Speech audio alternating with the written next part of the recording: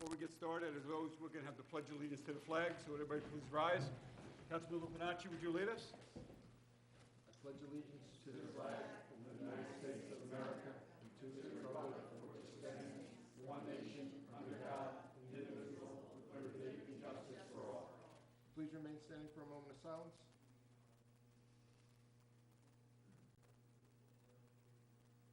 Thank you.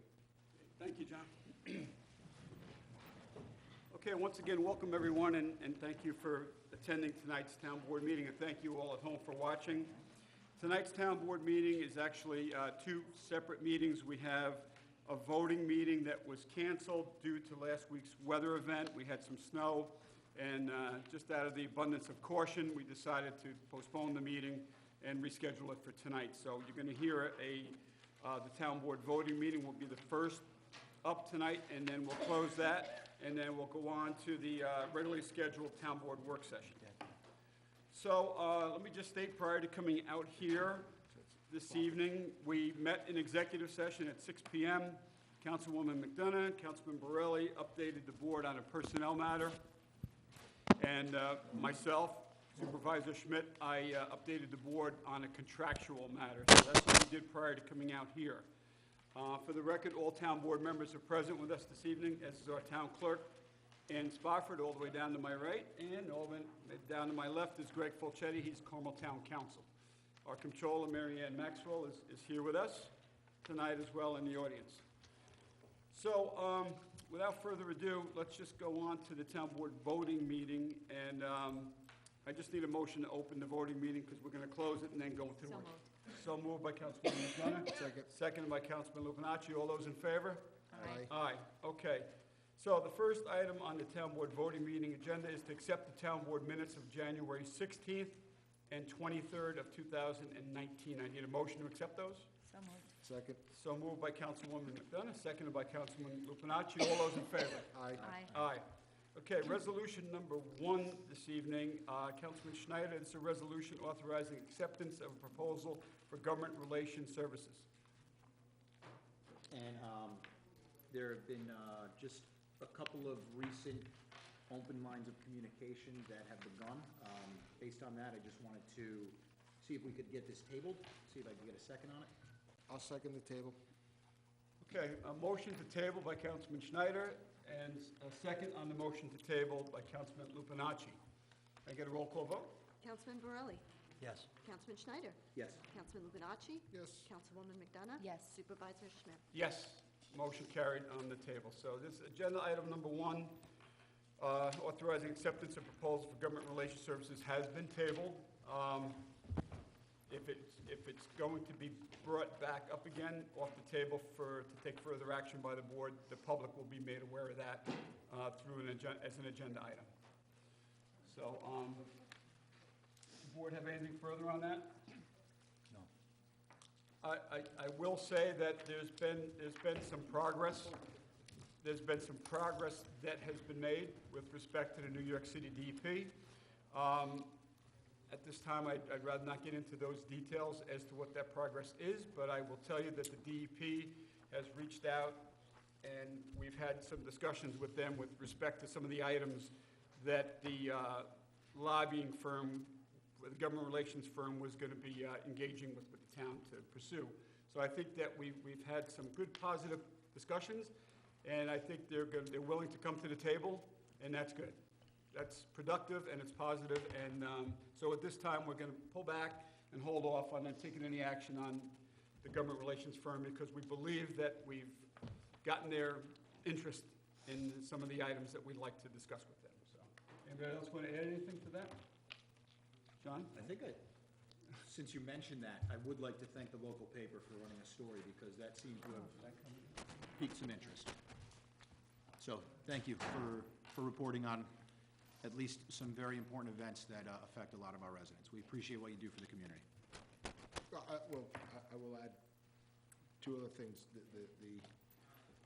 The paper sparked interest. We have to thank the county for their actions, and we have to thank some taxpayers who have connections with DEP also stepping foot, and we have to thank and I'm not trying to start name the names, but, you know, this morning, a relationship through Bob Buckley called me, and also this afternoon, John Falchetti reached out to our engineer who's been working on this in years past. So, again, this is a team. You could almost say it takes a village.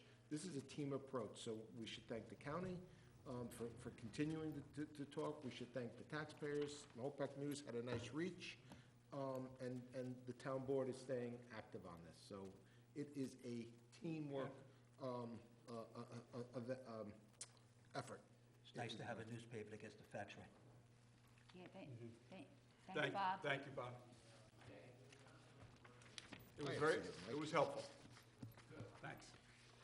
Okay, thank you, Jonathan, John, and Susie, if you come, and thank you, Susie. I was Appreciate going that. to say, I want to thank some Yeah. people on the town board, without mentioning names, who actually got this going, so. That's it. You can mention names. No. Resolution Okay. number 2. No, resolution number Okay. 2. All right, resolution number 2, it's a resolution authorizing settlement of litigation. Susie, would you read that one? Sure. Whereas there is currently pending in the Supreme Court, County of Putnam, State of New York, under index number 500582/2017, a certain lawsuit entitled White Hill Management Corp. Versus the Town of Carmel regarding the tax assessments for the properties known and designated Town of Carmel tax maps number 75.44-1-36, 75.44-1-37, 75.44-1-65, 75.44-1-66, and 75.44.15-1-67. And whereas a proposed settlement of the litigation has been negotiated by Glenn Drosy, Town Assessor, and Special Counsel Gregory L. Facchetti, both of whom have recommended approval of the proposed settlement. Now therefore be it resolved that the Town Board of the Town of Carmel hereby authorizes the settlement of the aforementioned litigation as recommended. And be it further resolved that Special Counsel Gregory L. Facchetti is hereby authorized to sign on behalf of the Town of Carmel the stipulation of settlement and corresponding consent judgment reflecting the terms of the settlement. I offer this resolution as read. Second. Seconded by Councilman Schneider, and just so the public understands a little bit further, these are certiorari, you've all heard that. This is a certiorari litigation over tax assessments, is what was settled. Seconded by Councilman Schneider, roll call vote. Councilman Borelli? Yes. Councilman Schneider? Yes. Councilman Lupinacci? Yes. Councilwoman McDonough? Yes. Supervisor Schmidt? Yes, motion carried, thank you. Okay, next resolution, number 3, is an amended resolution authorizing payment for cyclical revaluation services. Councilman Lupinacci, would you read 3? Resolved that the Town Board of Town of Carmel hereby accepts the proposal of GAR Associates LLC, Amherst, New York, for assessment and appraisal services to be provided in connection with preparation of the 2018 and 2019 Town of Carmel assessment rolls at a cost not to exceed $45,000 in accordance with the proposal dated October 12, 2017, and as well as previously authorized by the Town Board by resolution passed November 15, 2017. And be it further resolved that Town Comptroller Marianne Maxwell is hereby authorized to make any and all necessary budget transfers and modifications required to fund the cost of this authorization. I offer this resolution as read. Second. Second. Okay, seconded by Councilman Schneider, roll call vote. Councilman Borelli? Yes. Councilman Schneider? Yes. Councilman Lupinacci? Yes. Councilwoman McDonough? Yes. Supervisor Schmidt? Yes, motion carried. If you don't mind, I'll just make Yeah. mention, that's, the cyclical reassessment is in order for us to maintain our assessment roll at 100% at the state level, so that we don't fall into a situation like we did a few years back where we had to do a massive reassessment project. So this is gonna be something that we hope will prevent any type of future shock from any type of reassessment program. So as long as we stay up with it, we don't wanna find another issue 20 years down the road. So this town board's been proactive, trying to stay on top of it. We also were able to apply for state funding because of it. So in the end, it might not cost the full $45,000, but it's what we'll have to pay. Till possibly we get reimbursed by the state, depending on their budget. And you did get it, you got it, we got it, yes, We got did it. get it last We year, did get it Okay. last year, yes, we did. but it's all Did, based on the thank state you. budget and if they're gonna pay it out and what they pay out at, so we pretty much expect this, but. Okay. Yeah, it was 3 and a half. Oh, good, okay. It was spread out amongst a bunch of municipalities. Thank you. There was only so much money in the pool. So, Okay, thank you, Jonathan. Okay, next resolution, number 4, is a resolution authorizing the town supervisor to sign a stipulation of agreement changing a salary group of a town clerk position. Councilman Borelli, would you read 4, please? Resolved that the town board of the town of Carmel hereby authorizes the town supervisor to sign a stipulation of agreement effective October 1st, 2018. The town court clerk job title shall be placed at a salary group 9 as specified in Appendix E of the collective bargaining agreement between the town and Local 840, CSEA, AFSCME, AFL-CIO, that expired on December 31st, 2017, and was modified and extended by a moratorium of agreement with duration of January 1, 2018 to December 31st, 2021, which is the CBA agreement. Be it further resolved that pursuant to the above-referenced stipulation of agreement, effective October 1, 2018, Town Court Clerk Pat Janet, exempted number 1476, shall be placed at Step 2 of Salary Group 9 as specified in Appendix E of the CBA and shall receive retroactive pay accordingly. I offer this resolution as read. Second? Seconded by Councilman Lupinacci. Roll call vote. Councilman Borelli? Yes, with the Councilman Schneider? apology to her that this took that long. Yes. Councilman Lupinacci? Yes. Councilwoman McDonough? Yes. Supervisor Schmidt? Yes, motion carried. Okay, next resolution, number 5, is a resolution authorizing attendance at a seminar. Councilman Schneider, would you read 5, please? Resolved that the town board of the town of Carmel hereby authorizes town engineer Richard J. Franzetti, P.E., to attend the water loss reduction and control workshop offered by the New York City Department of Environmental Protection, being held February 26, 2019, in West Harrison, New York. And be it further resolved that the town board of the town of Carmel authorizes payment of reasonable and necessary expenses incurred in connection therewith upon audit. I offer this resolution as read. Second? Okay, seconded by Councilwoman McDonough. Roll call vote. Yes. Yes. Yes. Councilwoman McDonough? Yes. Supervisor Schmidt? Yes, motion carried. Okay, next resolution, number 6, is a resolution authorizing payment for repairs for Carmel Water Districts number 1, 8, 10, and 13. Councilwoman McDonough, would you read 6, please? Sure.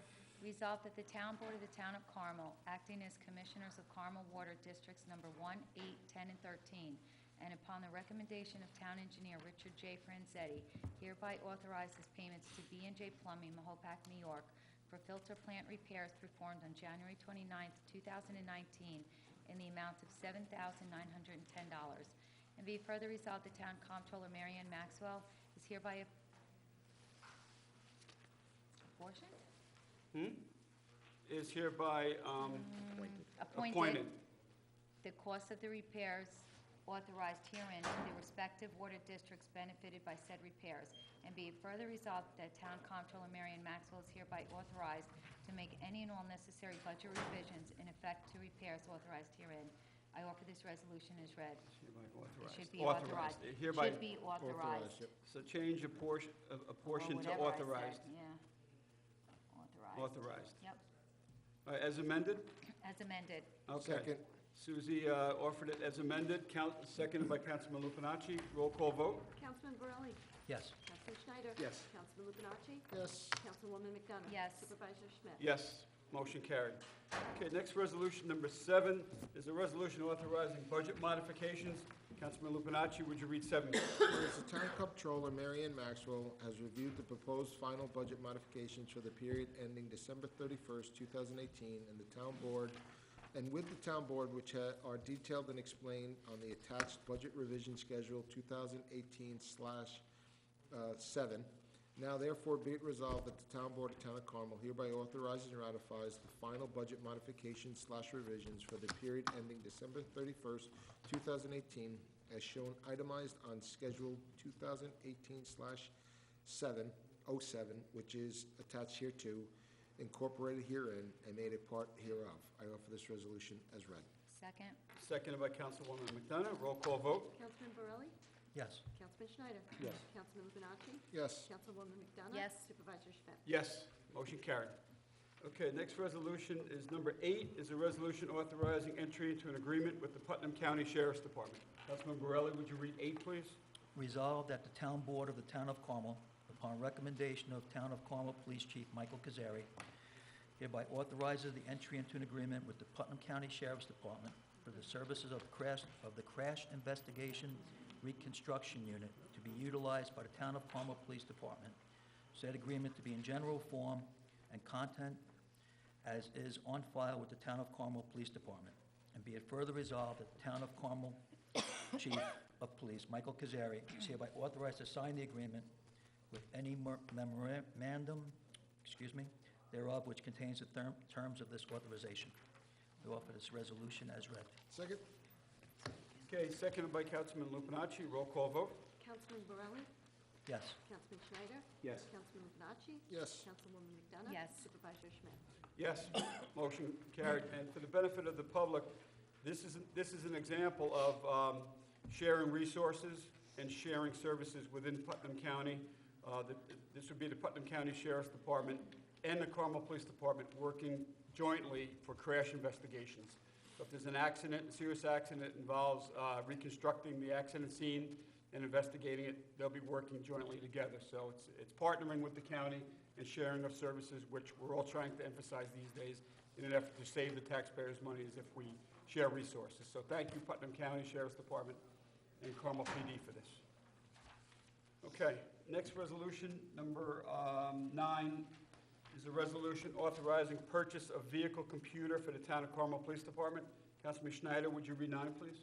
Resolved that the Town Board of the Town of Carmel, upon the recommendation of Town of Carmel Chief of Police Michael Kazari, hereby authorizes the purchase of a Town of Carmel police vehicle computer from Island Tech Services of Ronkonkoma, New York, at a cost of $5,019.25, and in accordance with the proposal contract number PT 67052, and be it further resolved that funds utilized for said purchase shall be those made available from grant received from the New York State Division of Criminal Justice Services, and be it further resolved that Chief of Police Michael Kazari is hereby authorized to sign any and all documentation necessary to authorize the actions contained herein, including with respect to any grant application submissions, and be it further resolved that Town Comptroller Mary Ann Maxwell is hereby authorized to make any and all necessary budget transfers or modifications required to fund the cost of this authorization.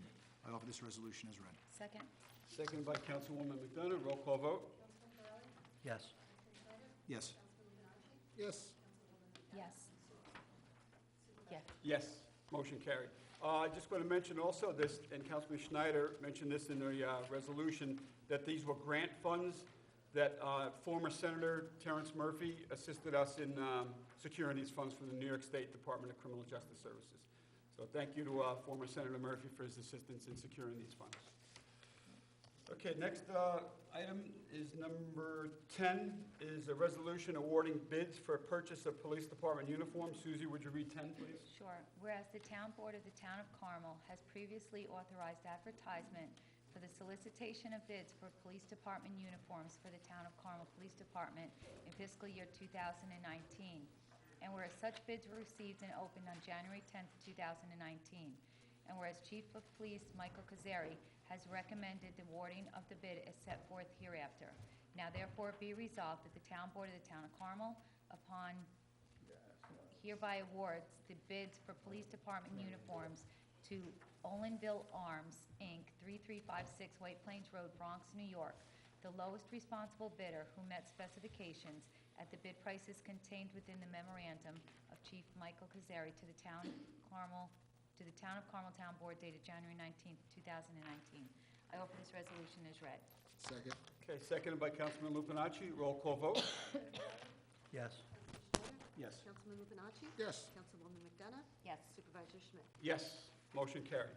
Okay, next resolution, number 11, is a resolution authorizing payment for services rendered pursuant to Chapter 114 of the Town of Carmel Town Code. Councilman Lupinacci, would you read 11, please?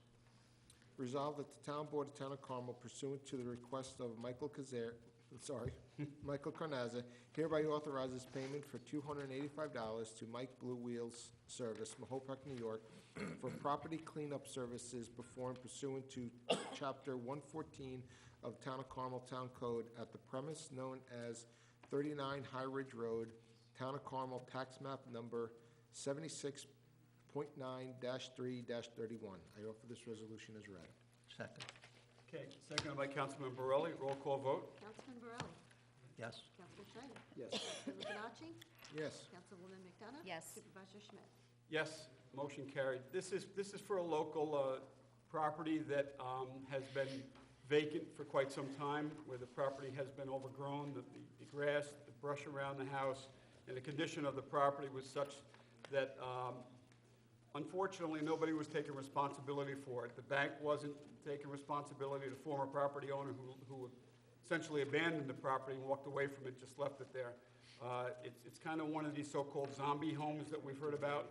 This is one of them, and it needed to be cleaned up. So the town board authorized the cleanup of it under our property cleanup and compliance law, under the town code, and Mike's Blue Whale Service gave us the best price to clean that up, and we had it cleaned up. So this is just one of a few that are located around town that we've done this for. We're just not going to leave them sit and become so overgrown that they're a blight in the community, an eyesore to the neighborhood.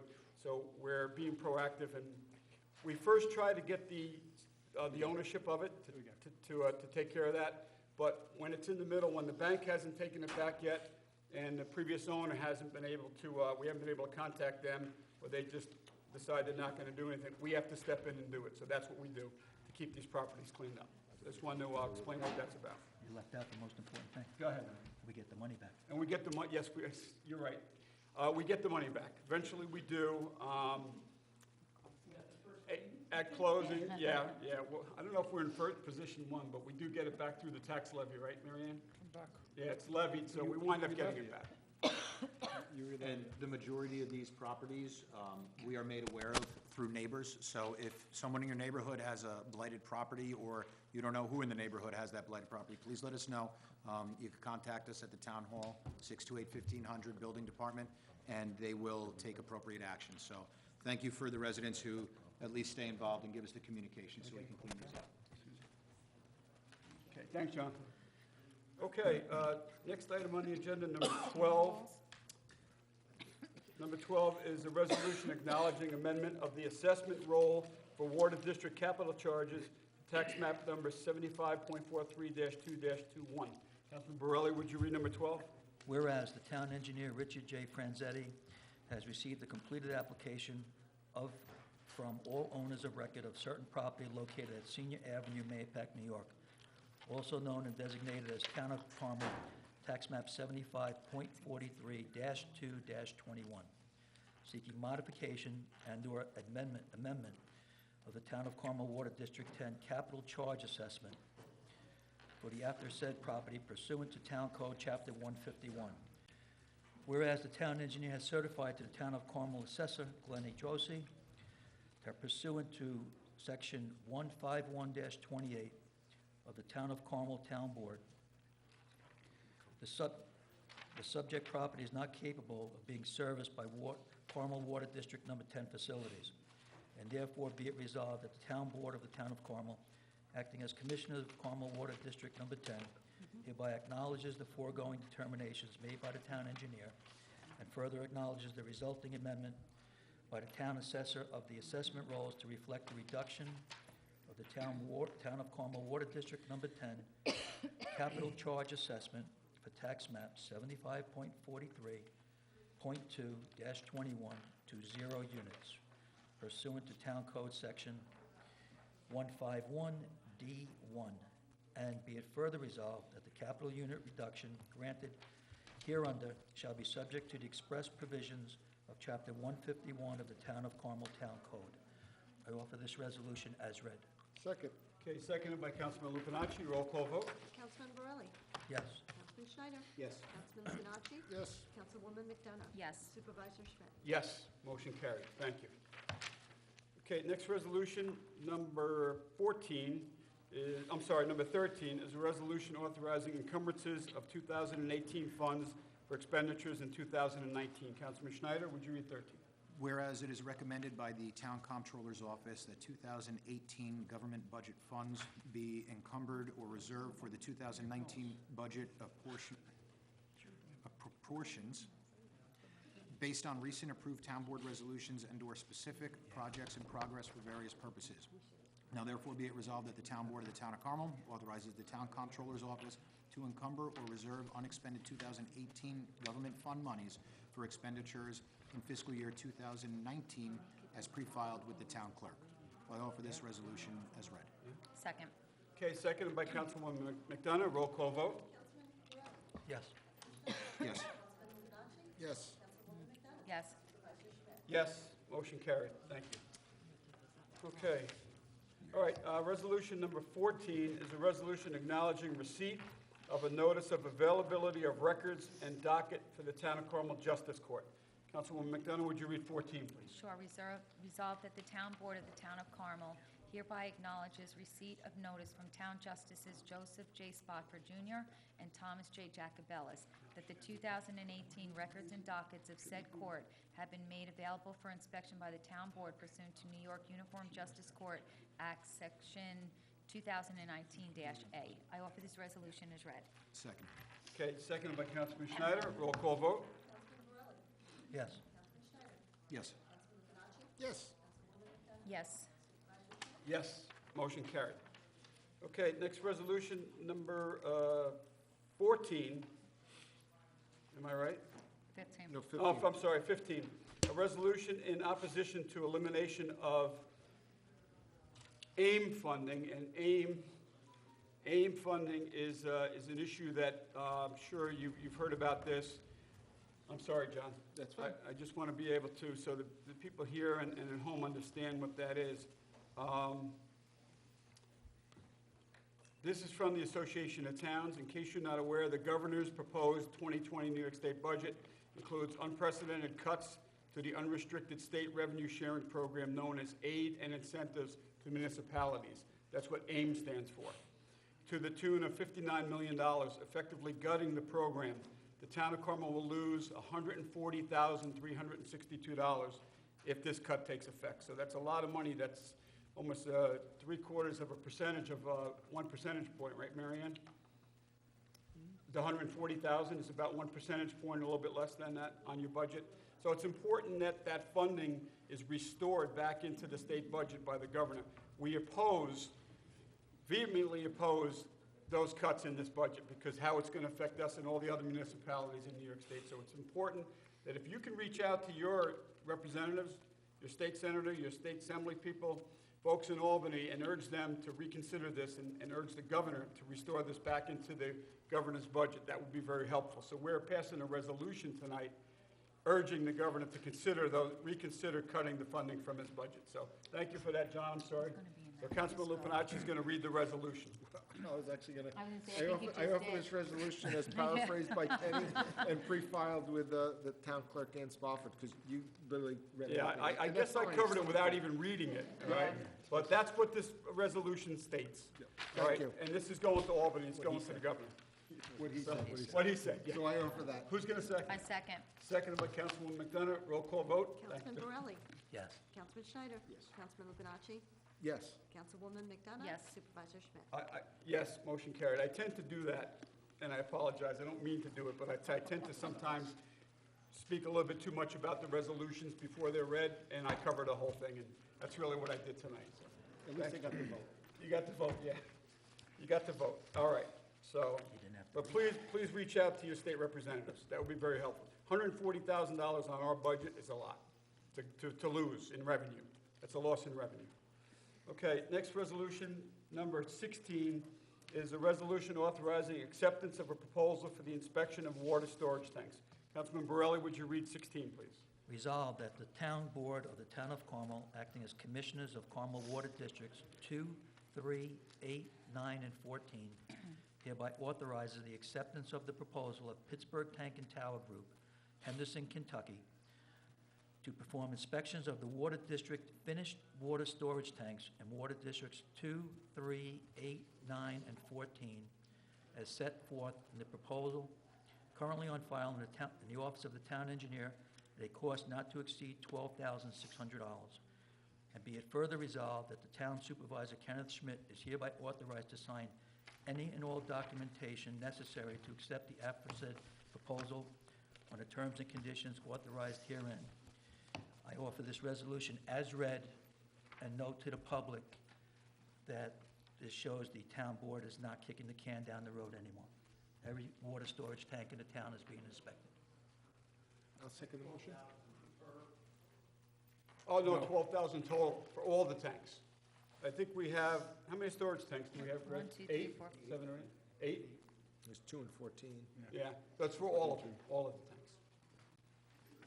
Okay, who seconded that? I did. Councilman Lupinacci seconded it, roll call vote. Councilman Borelli? Yes. Councilman Schneider? Yes. Councilman Lupinacci? Yes. Councilwoman Yes. McDonough? Supervisor Schmidt? Yes, motion carried. Okay, this is the 17th and final resolution for tonight's Town Board voting meeting. It's a resolution authorizing of hiring of a part-time employee in the building department. Councilman Schneider, would you read this one? 17. Resolved that the town board of the town of Carmel, upon the recommendation of the town of Carmel Building and Codes Enforcer Michael Carnazza, hereby authorizes the hiring of Kim Tyndall on a part-time basis commencing March 4th, 2019, at an hourly rate of $15.50 per hour, and not to exceed 19 hours per week. I offer this resolution as read. Second? Okay, seconded by Councilwoman McDonough, roll call vote. Councilman Borelli? Yes. Councilman Schneider? Yes. Councilman Lupinacci? Yes. Councilwoman McDonough? Yes. Supervisor Schmidt? Yes, motion carried. And this person here that we're approving tonight as a part-time employee hourly is desperately needed in the building department. There's been a lot of title search requested through our building department, and they've been inundated with them. And the clerical people that are in there now do a great job, but there's so much more that they've taken on that they really need some help. And the building inspector needs some help with these title searches and other reports that are being generated out of his office, building permits, COs, things like that. So we needed somebody part-time to help them out. As you know, the housing market has really gone pretty crazy lately within the past year or two. A lot of houses are sold, purchases being made, and each one of those has to have a title report done. And that's an inspection of a file in the building department, and then the building department has to prepare a report based on their findings. So it's a lot of work, they need the help, and I thank the board for allowing Mike Carnazza to hire a part-timer to help him out with that. So thank you. Yep. Did we do a roll call? We did, okay. All right, so that completes the voting meeting agenda for this evening's town board meeting. Before we go on to the work session, which is next, I'm going to open up the floor to any members of the public that are here that would like to comment on any of the agenda items that we just voted on this evening. If you'd like to come up and comment now, you can come up at this time. Just agenda items only that we just covered, that we voted on. Okay, there being none, I need a motion to close the voting meeting. So moved. Second? So moved by Councilwoman McDonough, seconded by Councilman Lupinacci. All those in favor? Aye. Aye. The same two want to open the work session? I need Aye, a motion. So moved. So moved. Second? Seconded to open the work session tonight. All those in favor? Thanks, Annie. Yes. You did too? Thanks, Ann. All right. Thanks, Ann. Have a good night. You too. All those in favor? Aye. Okay, the work session is now open. So the first item on the work session agenda is Supervisor Ken Schmidt. Consider permanent appointment of Bella Simodomo, a Principal Office Assistant in the Supervisor's Office. I just want to state that Bella Simodomo, who has been with me for the past 10 years as in my office,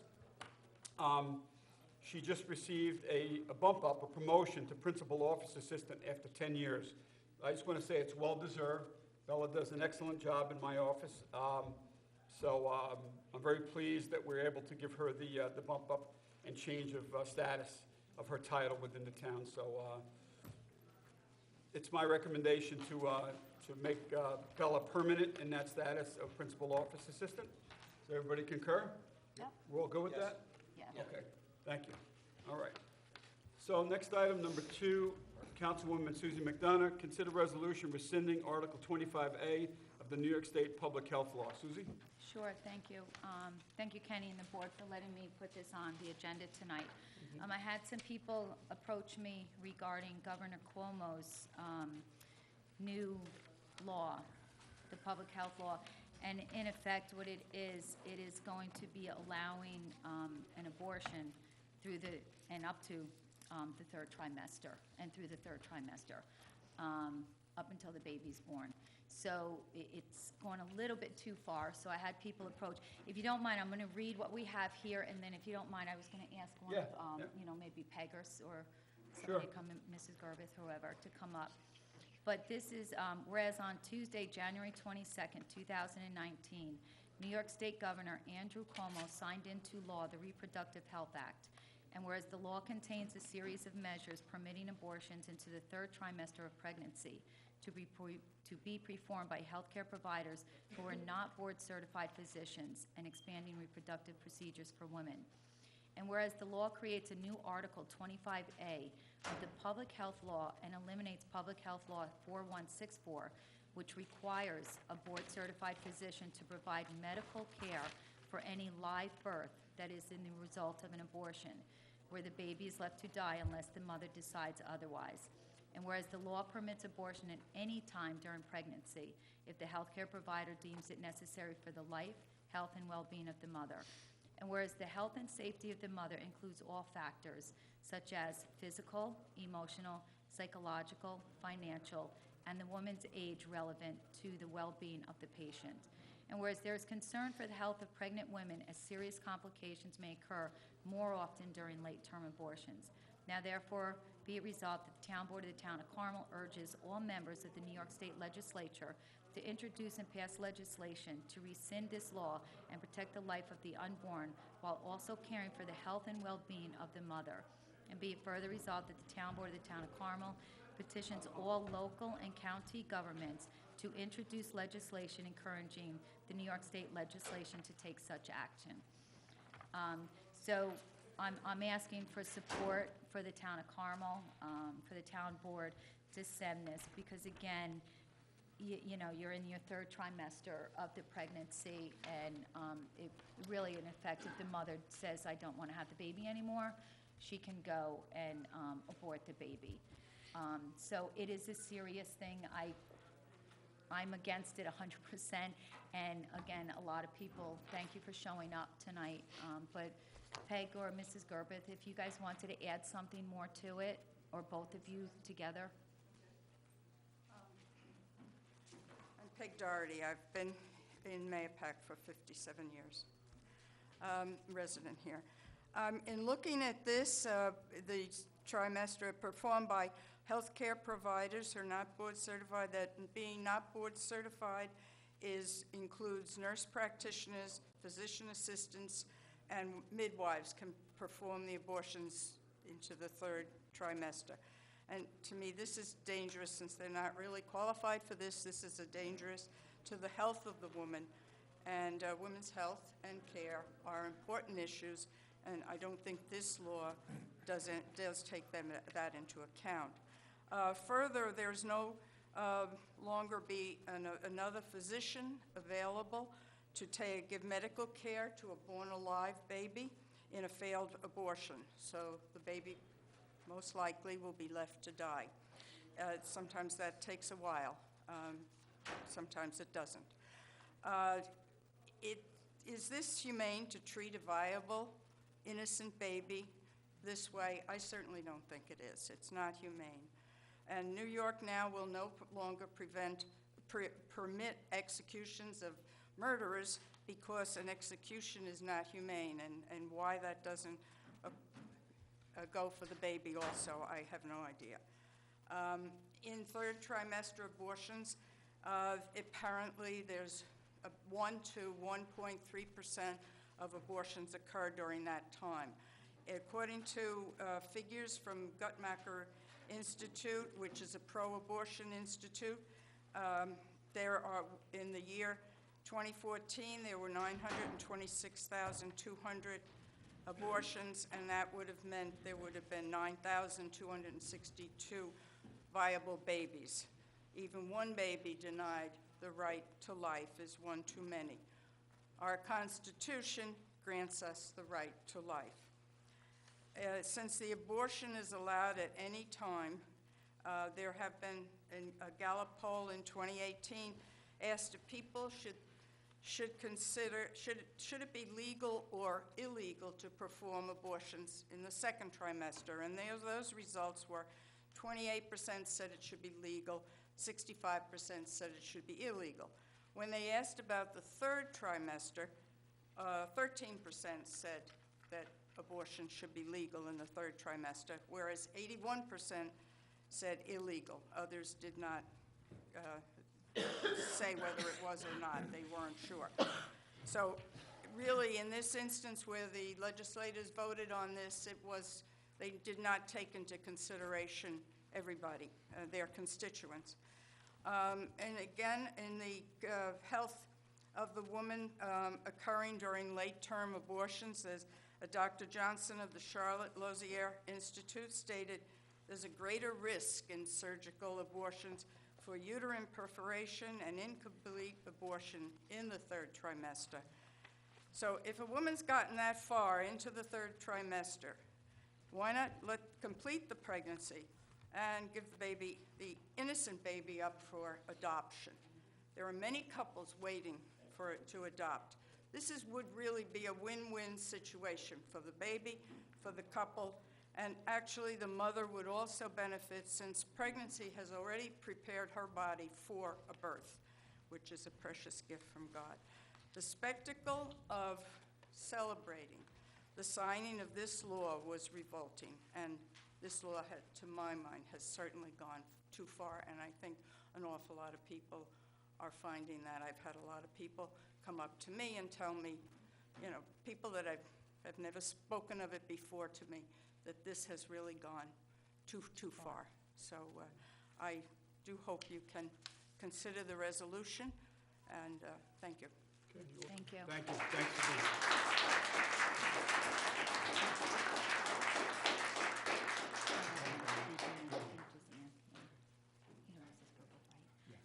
Good evening. My name is Ann Gerbeth, and I have lived in the town of Carmel for 46-plus years.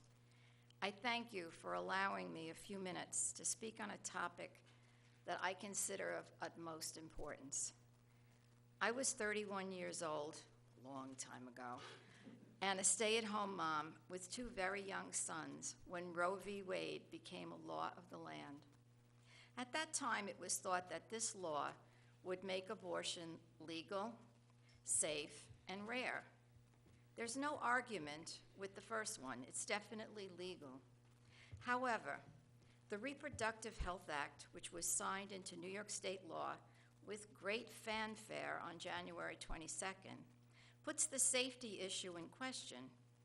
Abortions in our state no longer have to be performed by a doctor. As to being rare, one only has to look at New York City to discover that it's anything but rare. Since this city tracks abortions by ethnicity, we know that thousands more babies of color are aborted each year than are given birth. As serious as this progression is, what brings some of us here tonight is the change in what is now permitted, or in some cases omitted. A growing baby in the third trimester of growth has lost rights it once had. The mother's womb can no longer be viewed as a safe haven for a baby to be nourished and prepared for birth. Moreover, a baby can be born with some difficulties and be denied medical attention.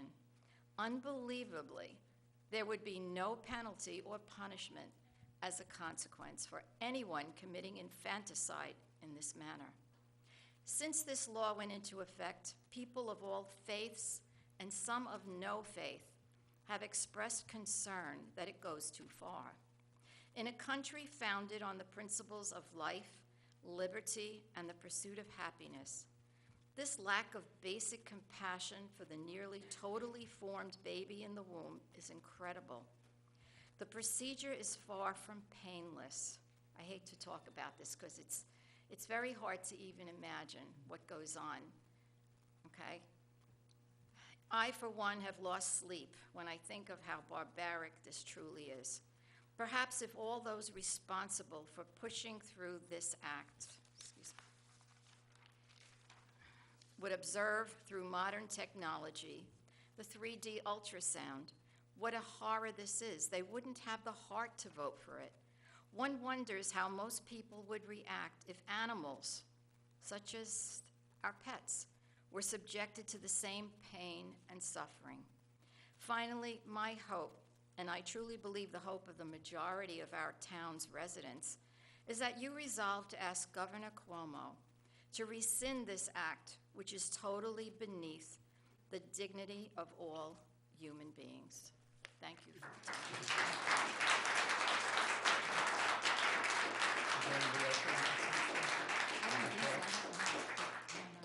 Is there anybody else that would like to speak on this issue? Frank? Yeah, my name is Frank Del Campo, and I've lived here in Mayapack for 51 years. My 5 children were raised here and went to school here at the school. I had an opportunity to read what Peg put down and spoke to you about, and I didn't have a chance to read Ann's, and you know my beautiful wife Terry wrote something in the newspaper, but I've sat in your position, and I know 3 things go in your head. Number one is, well, this is a state issue. This is not a town. We can't do anything to change what goes on in the state legislature. But I have to tell you, I took 100 seniors up one time as a kid councilman in '86, and we changed the law, and we gave tax relief to seniors. And Mike Spina and so many of the other guys that came with me couldn't believe that things seem symbolic, but when you work hard at it and you send a good message and you're honest, and I believe very sincerely, sitting in your seat, I know that things can affect the minds of the state legislature. And number 2, sitting in your seat, some of you may say, this is doctrinal, this is religious, this is separation of church and state.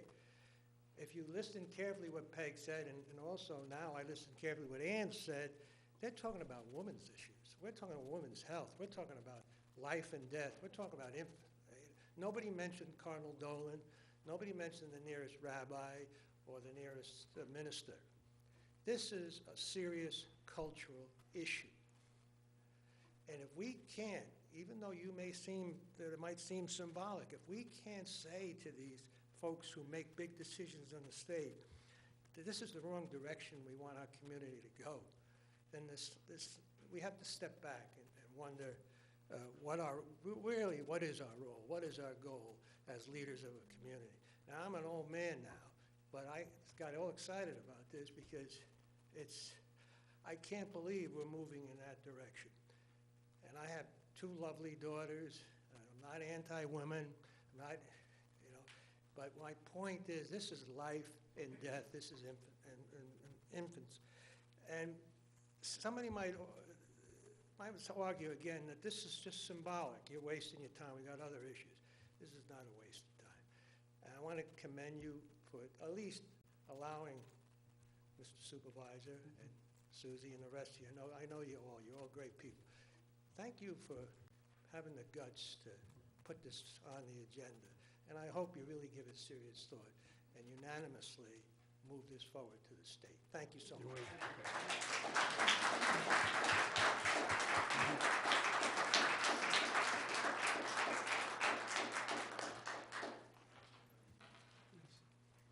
Yeah, thank you all that spoke. Is there anyone else? Amy? Or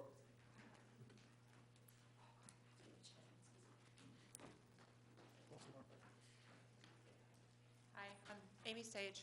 I am a Hopac resident. I didn't plan on coming up and speaking tonight, but I just want to reiterate what Frank said, and I want to thank you all for bringing this up. This is something that we are also looking to do at the legislature, and we're at the very, and I commend you for bringing this up so quickly. There's some good people behind you to help you. Yeah. Look at But I agree with what Frank said. Although it's a resolution and you feel like it may not go anywhere, I think as lawmakers, it behooves us to stand up for those who can't speak. And I think it's important just to stand up and say when it's wrong, it's wrong. And I agree wholeheartedly with this, and I commend you for bringing this up. Amy, do you know when the legislature is going to be addressing this? Is it going to be at a full meeting? It's not on any agenda yet. It's with our lawyers. It's in the beginning stages. Legislator Nazarino said she's working on it with our legislative lawyer to develop our resolution. But this is something that we've all been talking about, that I think Sullivan County has passed a resolution, and it's not on the agenda. It hasn't been done yet, but I commend you for bringing it up so quickly. I myself would support it. I can't speak for anybody else, but something I'm very much in favor of. Well, if you need to have Thank you. folks at the meeting supporting it, like Susie said, Absolutely. they're all here. Absolutely. Yes. Write down your name and email address, and I'll, Yeah. yeah. Send your comments to patcoledge.gov. Or That'll get all the reach out to Legislator Sage, Amy Sage, and she'll, Legislator for this district. for this district, so she'll be very helpful and Yeah. Send your emails to Communicate. patcoledge.gov, and that goes to our legislative office, and then they forward that to all the legislators. Would you So that you would want be to just wonderful. repeat that one more time for them? PUTCOLEG, patcoledge.gov. At? patcoledge.gov. Oh, at Putnam County, yes. I'm sorry. It's patcoledge at putnamcountyny.gov. Sorry about that. Thank you. Yeah. And Amy, thank you for the county getting on that as well and getting a resolution done. Yeah. Oh, absolutely. Thank you. Yeah, Thank you. thank you. Thanks, Amy.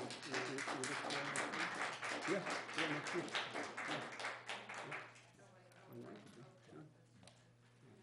You want this on next week, right? Yeah, if possible, I would like it on the resolution on for next week. Guys, I actually would like to make, Ann Spofford's not here, but Ann Pascarella's here, attorney's here, we're on recording, so there's a record of it. We've done this in the past many times, so I would actually like to make a motion to pass the resolution in support of rescinding Article 25A of the New York State Public Health Law as read by Councilwoman Susan McDonough. I'll second Okay. that. Yeah, Second. okay, I'll second that also. We Yeah, want to, All in favor? All in favor? all in favor? Aye. Aye. Okay. And So, all of you, so it means you guys all don't have to come back next week. We did it all tonight. Frank, Frank, you seconded it, right? and please make sure that you get out to the county meeting to show this kind of support for the legislation as well. Yeah. We look forward to hearing the resolution at many different levels.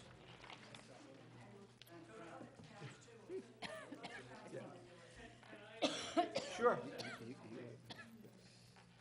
It's on this topic, right? On this topic. Okay, all right. Just as Just an, pull the mic down a little oh, bit. sure. There you As an go. addendum, I'm Margaret Frisch, a resident of this county this town, actually, 45 years. What wasn't mentioned by Ann or Peggy is that what this law has caused is that if a woman is attacked or in a car accident, she cannot get any recourse for the death of her baby, which is very serious. Before, there was a case, remember that came up? They had to throw it out because the baby is not considered a human being. Just add that to that's how sad this law Yeah, is. wow, yeah, sure is. All right, okay. Thank you all for being here for this Yeah, thank this you, important everyone. item. Yes, thank you you. so much. I was gonna, if you'd like to stay, you can, but if you want to go Well, home, I got 2 grandbabies. have a good night. Sean has 2.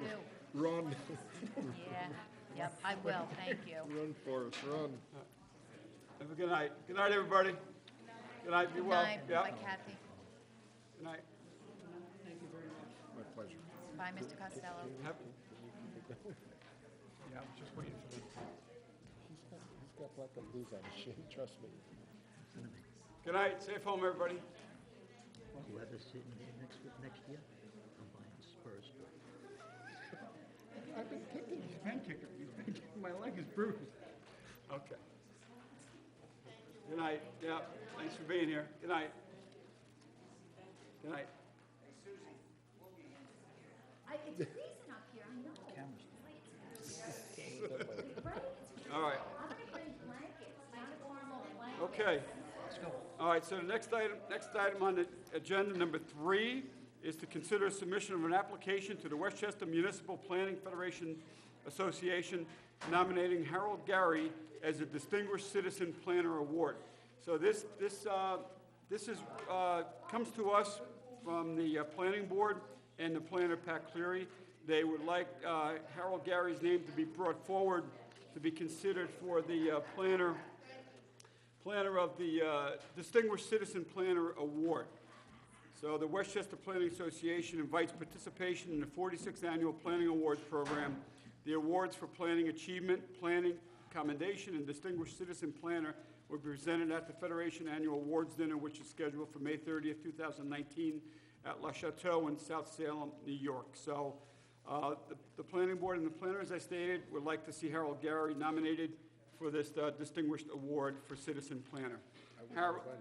Harold has retired from the Planning Board after 38 years of service to the town of Carmel. First on the zoning board, then on the planning board, then chairman of the planning board. So this is something nice that the planning board and the planner would like to see Harold Gary awarded this Distinguished Planner Award. So we just need a resolution in support of that.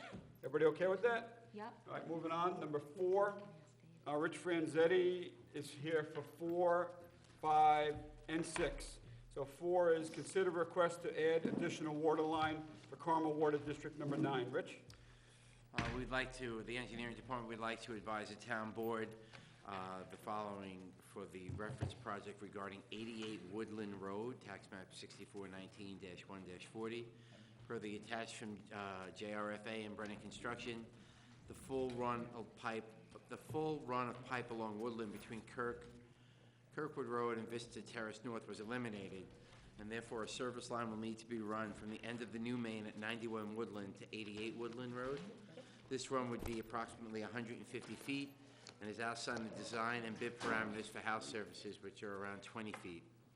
Per the contract, the cost for a new copper service line is $233.85 per linear foot, for a cost of $35,077.50 to make this connection. The service line would run along the same alignment of the originally proposed 6-inch main. The cost to install a 6-inch main along the same alignment is $235 per linear foot at a cost of $35,250. As the costs are not significantly different, we therefore recommend that the 6-inch line be installed at this location. Okay.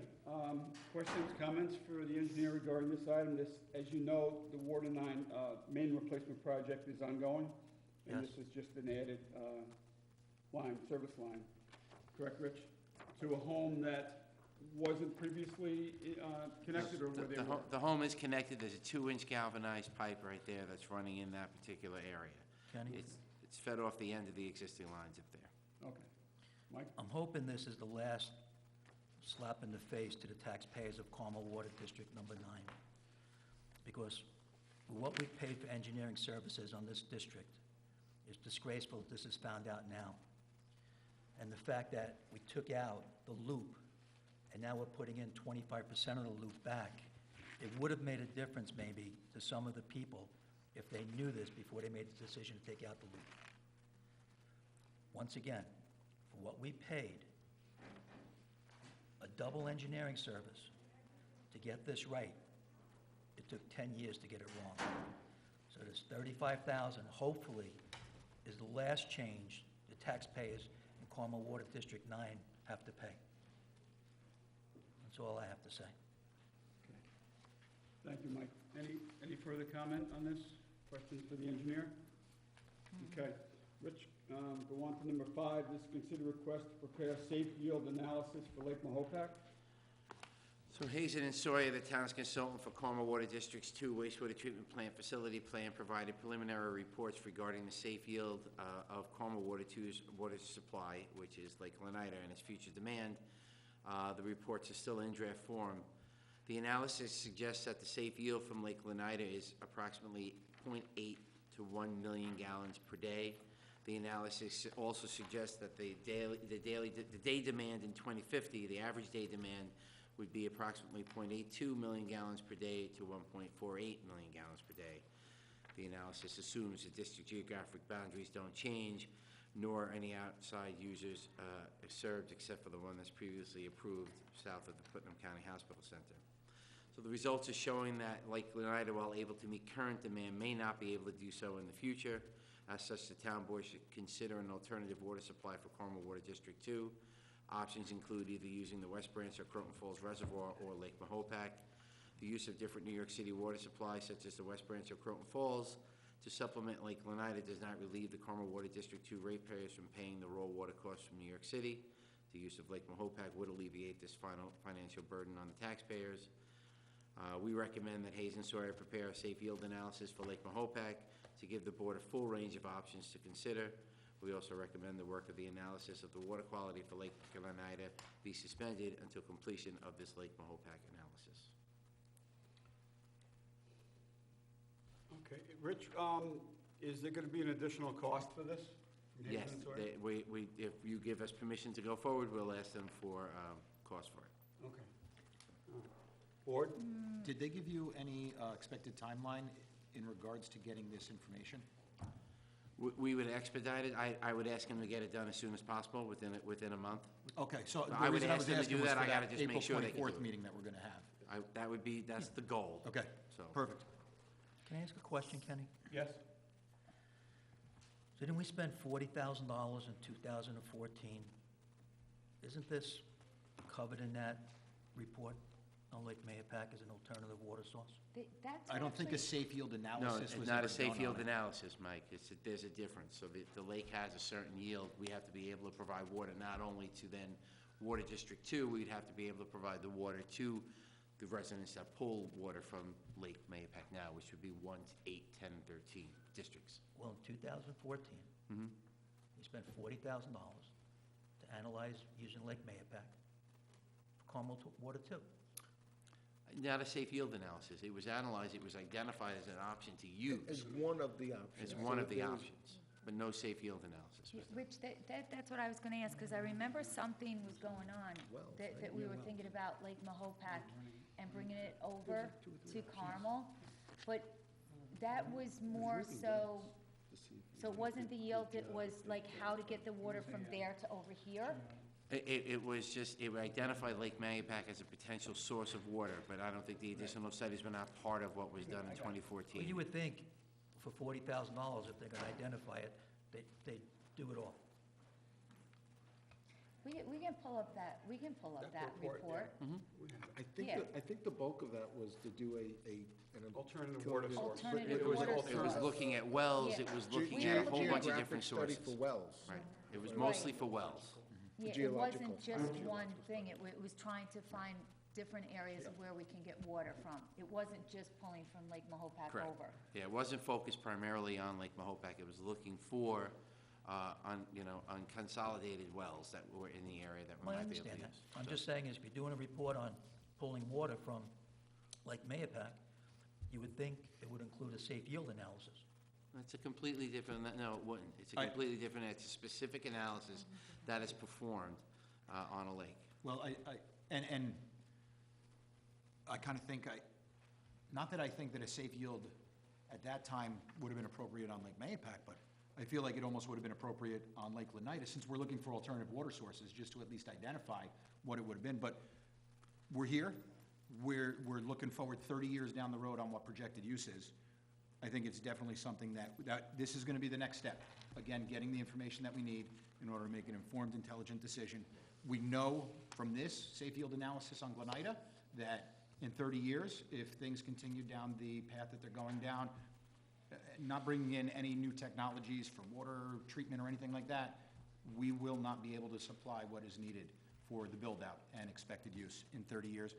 We have to do this. We have to look at it. I remember that number was astronomical for what it was going to be to utilize Lake Mahopac, but right now it looks like we need a solution. We have a clock that's ticking for people's water, so we have to figure out what the solution is. Whether it be, and I agree wholeheartedly, let's look at our own water supply instead of the city's water supply. We already have issues with what rates are, so let's try to figure out a way, if we can, get off that, to get off that. So, and if we could have it expedited and have the information available to review prior to that April 24th meeting, I think it would be spectacular for us to have that, so we can at least have a very informed discussion at that time. So, Now, I'm not happy with the results, but I think it's definitely the right recommendation for going forward. Yeah, so just another, I'm just talking to figure it out. So would you do a safe yield analysis first, or would you see how much it could possibly cost, or if it could even be done to run the lines or something from Lake Mahopac over? You know what I'm saying? It's almost like what goes first, or do you do them both together? I don't know. You have to see if you have the water first. So see if you have the water lake can provide beforehand. what you need. Okay. I think there's already been an estimate for actually bringing it. That's what I Across, thought, that's what that report showed, right? So It we was an have estimate that for actually distributing the water back towards from the there inlet. over. But you need to know Okay. if the lake can All right, handle it. I just wanted to make sure I'm understanding And it if the all. state will give you a permit to draw it. Okay, That's interesting also. The good thing is Lake Mahopac replenishes itself very quickly. well, we saw that with the spillover. It's spring-fed mostly, and it's got a tremendous amount of water that is, even when we're in drought conditions, Lake Mahopac seems to have, plenty of water in it. So, that's one benefit to, identifying Lake Mahopac as a possible alternative water source for water too, so. Okay, Rich, and just for our own benefit, can you please forward off the 2014 alternate water supply study to us so that we can have that fresh in our memory and review it before we see the safe water analysis as well? and is there, Thank you. do we What have was the a, second part? I got the 2014 report. Forward that to you? Was there That's- something else? Okay, That's all. right. Thank you. No problem. Consider that done. so will this H&S give us a proposal? Is that what happens? I'm going to Give ask us them for a proposal and it? ask them to get it done, by the 24th of April. To have something so we can bring it to that meeting so we know. So the safe yield analysis of Mahopac. Because it's either going to be able to provide it or it's not. Right. And so, again, we need to make that informed decision on how we move forward, right? So we're going to ask for, so I'd have to come back to the board. We need a proposal first, Yeah. Okay. Rich, So- you're going to contact them to Yes, provide us with a proposal? for Correct. next week? Correct. You have it? If we could have a resolution for next week. I think the resolution would be to authorize the preparation of the safe yield analysis and whatever price in which it gets from Hazen Sawyer, and then you can consider that. I'll let the board know. I'll call them, I'll get in touch with them first thing tomorrow, and I'll get something from them. Okay. Thank you. Perfect. All right, thanks, Rich. Okay. Rich, real quick, in less than a minute, can you give us an update on the roofs, the issue with the roofs? Did you contact the vendor for that, to give us a price for the replacement of the roofs in the various districts? So we had a meeting today for Sewer District 2, so that bid is, this was the mandatory meeting for it, to move forward and go and do a site visit for it, so that happened today, so the roof RFP for Sewer 2 is out. As for Water Districts 8 and Water Districts 9, Joe Scollin, I've asked Joe Scollin to contact 3 different vendors. I know that one of the vendors, Gerald Ayler, I always mess up his name, Ayler, has looked at Sewer District, he looked at Sewer District, sorry, there's Water District 2. He looked at Water District 2's roof.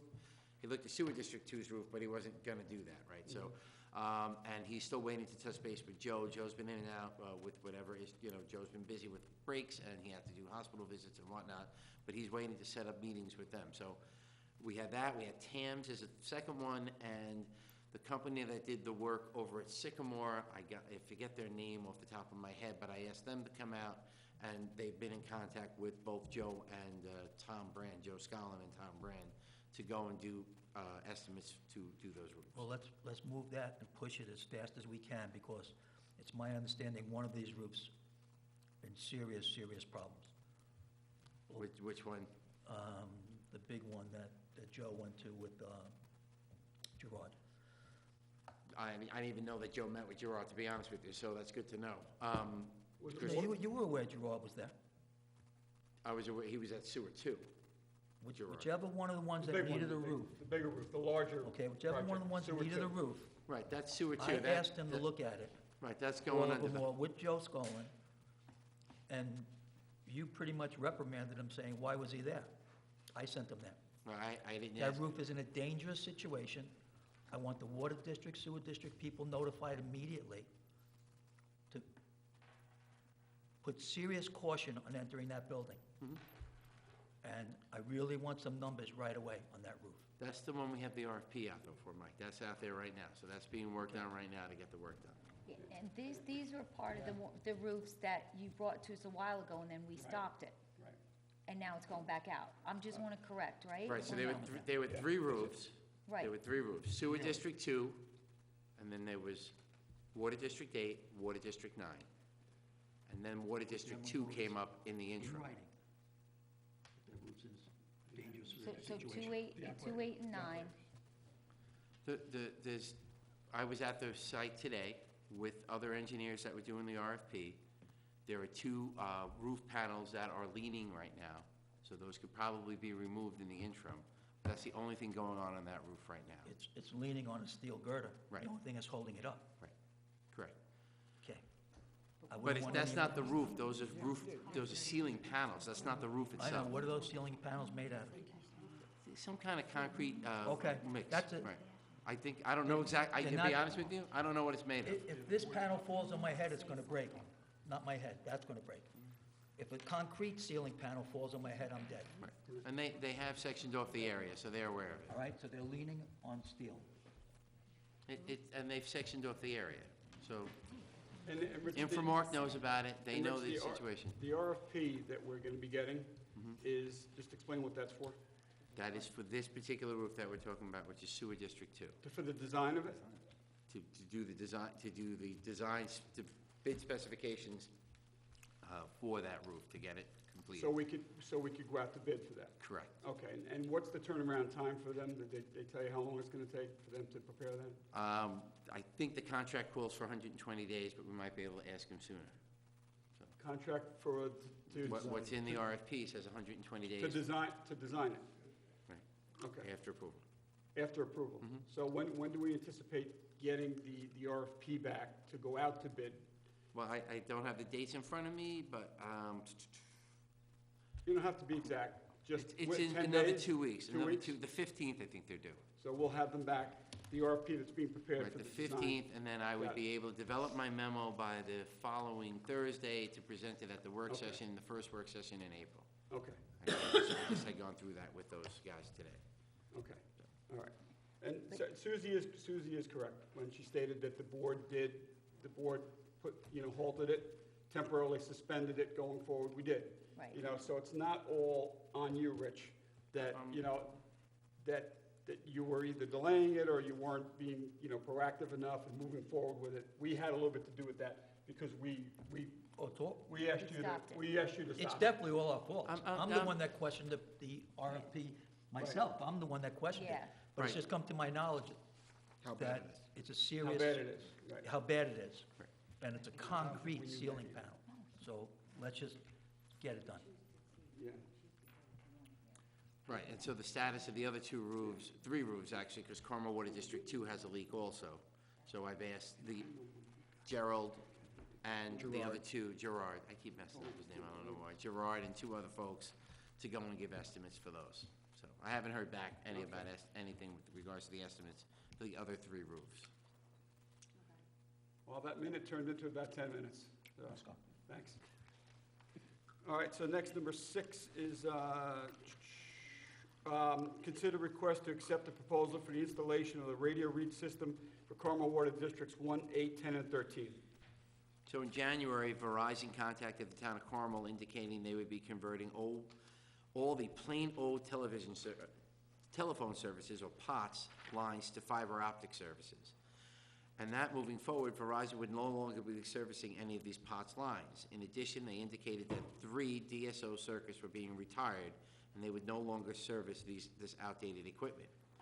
The engineering department contacted B&J, the operators of Carmel Water Districts 1, 8, 10, and 13, regarding the DSO circuits being retired by Verizon, and it was determined that one of the DSO circuits was used to control the water level tanks in the King Ridge tank.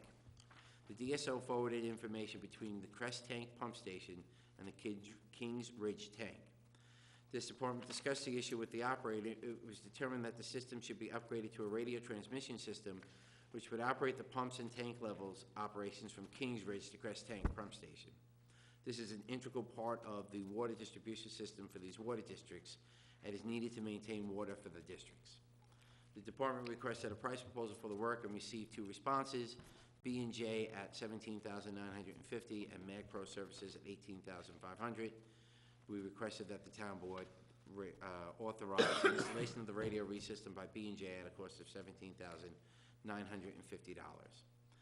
The plant services 1, 8, 10, and 13, and the cost would be allocated across those 4 districts at the rate that's shown in the memo.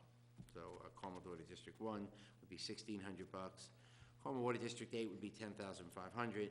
Water District 10, $3,500, and Water District 13, $2,297. There are sufficient funds in the budget for this purchase, and it will be allocated between the various districts. Rich, DSO? I don't know, I couldn't find out what that meant, and I called those guys, I don't remember. So Okay. I couldn't get an answer. I'll try to find it, so it's still something. All right. No, not a problem, not urgent. All right, town board members have any questions or comments for the engineer on this item? No, but when you find out what they are, like, I wonder if they're not gonna service them anymore, and they're not Yeah. gonna be effective, they're gonna remove them? Yeah. But I don't know what they are. Yeah, so I don't know what they are neither, but the direct service, I think it might be, it was a private line. It has to deal with it being a private line. So we're paying for that, but now we won't have to pay Verizon any longer for that. All right. So, All right. All right. Thanks, Rich. thank you. All right, that's it. Thank you, Rich. The next 3, 7, 8, and 9, Mike Simone, Highway Superintendent. 7 is to consider request to advertise for bids for spring materials. Good evening, Board. Mike, welcome. As usually happens every year, we're here to discuss spring, and hopefully spring's right around the corner. So I'm always looking forward to this time of year. And of course, these are bids that my pipe, my catch basins, my drainage material, my blacktop, all that go out to bid this time of year. So looking to go and get authorization to take it out to bid. Okay. All right, this is something the highway superintendent does every year around this time frame, and he's got to get ready for his spring work, spring and summer work, so he needs the materials for that, so I have no problem with that, board. Okay, the highway superintendent goes out to bid for these products? Okay, Mike. Next, 8, consider request to enter into agreement for 2019 bulk storage compliance inspection program. Well, as we have had this going on for years. I'm here because we've had an increase, I believe. I mean, not that I believe, I know we had an increase. We do have new storage because we now have 2 places of storage. Yeah.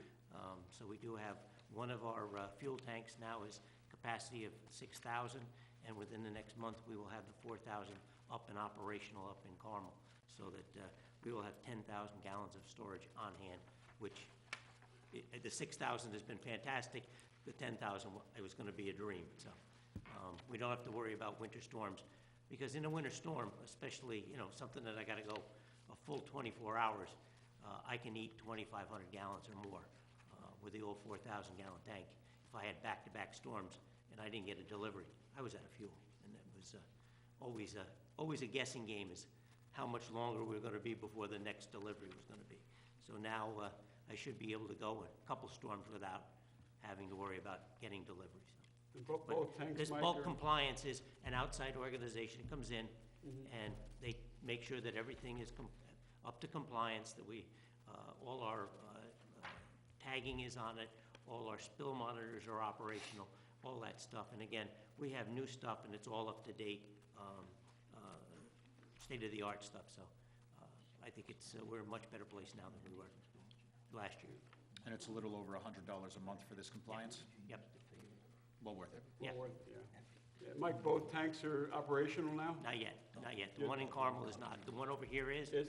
full operation, yep.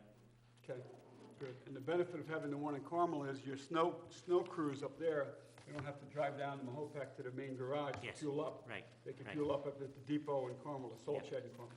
So When's that Great that you expected did to be operational? Probably within the next month. We just put up, because of the location of the salt shed up there, we had to get a waterproof box installed for a router that needed to be put up there. This is going to be in touch with the computers down here so that all my software will accept. Again, same thing, we're gonna have it monitored. You're gonna have the key and man number to put in, and we need to have them talk to one another through the Comcast line, so. Great, it'd be a nice addition when it's completed. I would say a month. within the month it'll be up and operational. Perfect, thank you. Thank you.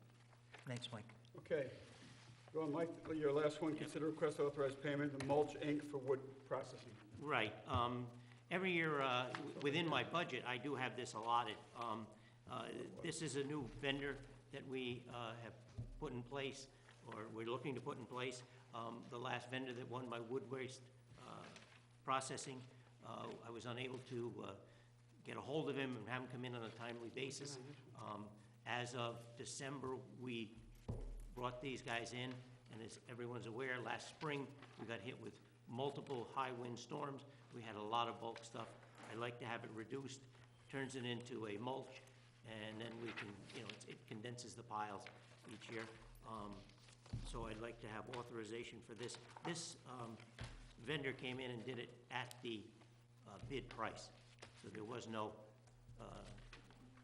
any lost amount of money or anything. So he did match the bid price, and we will be going out bidding this again as a wood waste, because we're gonna need it year to year, and it is in my budget, so. Mike, when they say full days, like what is consistent of a full day? How many hours is a full day? 7.5, I believe. Okay. Any further questions for Mike? Jonathan? No, Anything? thank you. Susie, Nope. done? I'm good. Mike, John? Okay, good. Thanks, Mike. Thank you. Have a good night. Appreciate it. All right. So that concludes our town board work session for this evening. Is there anybody here that would like to come up and comment on the work session items that we just covered tonight? All right, there being none, is there anybody here for open forum, new business portion of the meeting? Okay. There being none, town board members have any announcements? Jonathan, Susie? Oh, you know what? I just wanted to say quickly, you guys have probably been hearing the buzz around that we're gonna have a farmer's market. Yeah. Which I have to like re-up you guys on it, and Greg, I need to talk to you about that too. Yeah. But we're gonna have a farmer's market here, starting, here in the town of Carmel this summer, starting in June. Nice. So keep everything posted, it'll be really good. Location still up in the air, or is it definitely gonna be here? Well, location for this year is gonna be here, and then next year is gonna be moved over to, the Swan Swan Cove. Cove, yeah. Yep, which is gonna be really neat, but we've already got vendors, like the interest is like crazy. So there is a survey that is out that Nina put out through the Recreation Department, so, if you wanna get in on some of the suggestions, please just do the survey. But other than that, that's it. I had one, there was one correction I made for Lynn. Yep. She had it as the Carmel Farmers Market, which it is, but I had her put Carmel/Mahopac Farmers Market. Farmer's Market, perfect. Yeah, because, Yep, yep, as you know, a lot of people think they live in the town of Mahopac. yeah, I know, So, I know. so I had her just include Mahopac on there. That's perfect. Good. All right. Good night, everybody. We need to close the meeting. So We moved. don't have executive session, so we're going to close from here. All right, So moved? Yes, so moved. So moved. Seconded by Councilman Lupinacci. All those in favor? Aye. Good night, everyone.